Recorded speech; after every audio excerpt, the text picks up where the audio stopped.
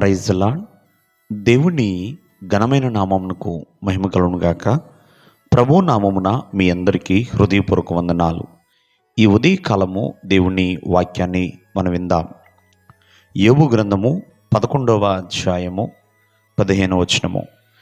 నిశ్చయముగా నిర్దోషివై నీవు సంతోషించదవు, నిర్భయుడువై నీవు స్థిరపడియుందువు. ప్రేమైన వర్లరా, మరి నిశ్చయముగా దేవాది దేవుడు యోబు జీవితంలో ఎన్నో గొప్ప గొప్ప మేలులు చేశాడు. ఇక్కడ యోబు యొక్క స్నేహితుడైన జోఫరుతో, అలాగే బిల్దదు, అలాగే ప్రియమైన ఎలిహుదు, ఇట్లా మూడు రకాల స్నేహితులు ఉన్నారు. మరి ఈ ఎలిఫజ్ కావచ్చు, జోఫర్ కావచ్చు, బిల్దదు కావచ్చు, ఈ ముగ్గురు స్నేహితులు ఎంతగానో యోబును ప్రశ్నించారు, వాదించారు. యోబు కూడా వారికి అటువంటి జవాబే ఇచ్చాడు. కానీ యోబు ఖచ్చితముగా సంతోషించాడంతే. అంటే నిశ్చయముగా ఆయన సంతోషించాడు, నిశ్చయముగా ఆయన నిర్దోషే, నిశ్చయముగా నిర్భయముగా ఆయన స్థిరపడి ఉన్నాడు. అంటే చెక్కు చెదరలేదు, తన విశ్వాసము చెక్కు చెదరలేదు, తన ఆశీర్వాదము ఎక్కడా పాడైపోలేదు. దేవుడు తన పెట్టిన నమ్మకం, దేవుడు ఎంతగా యోబును నమ్మాడంటే అంతగా దేవుడు యోబును నమ్మాడు.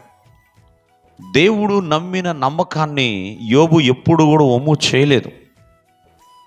ఖచ్చితము అనే పదానికి యోబు సరిపోతాడండి.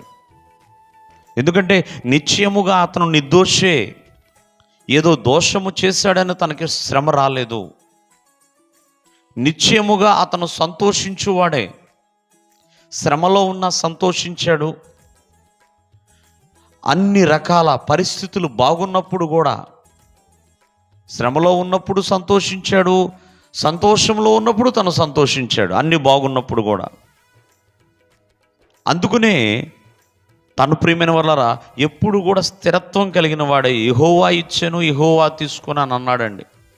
ఎంతో సంతోషించాడు. దేవుని వల్ల మనము మేలు అనుభవించాము, కీడు అనుభవించడానికి సరిపడమా అన్నట్లుగా.